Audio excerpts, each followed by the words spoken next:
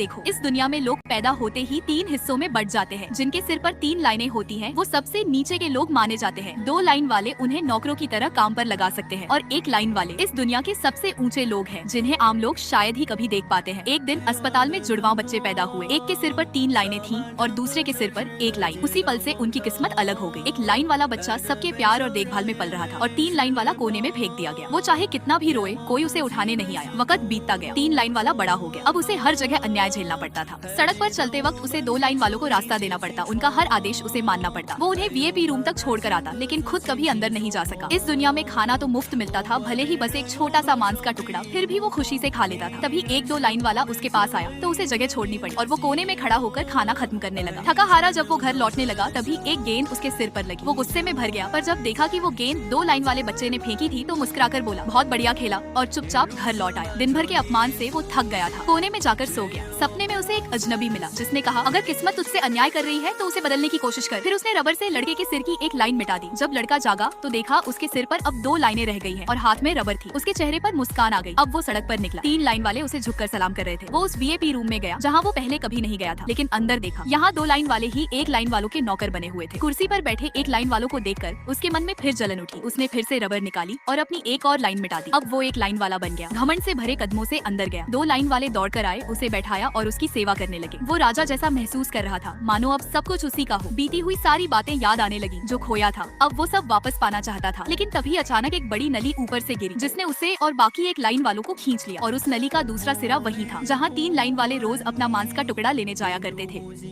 अगर तुम्हें लगे कि जिंदगी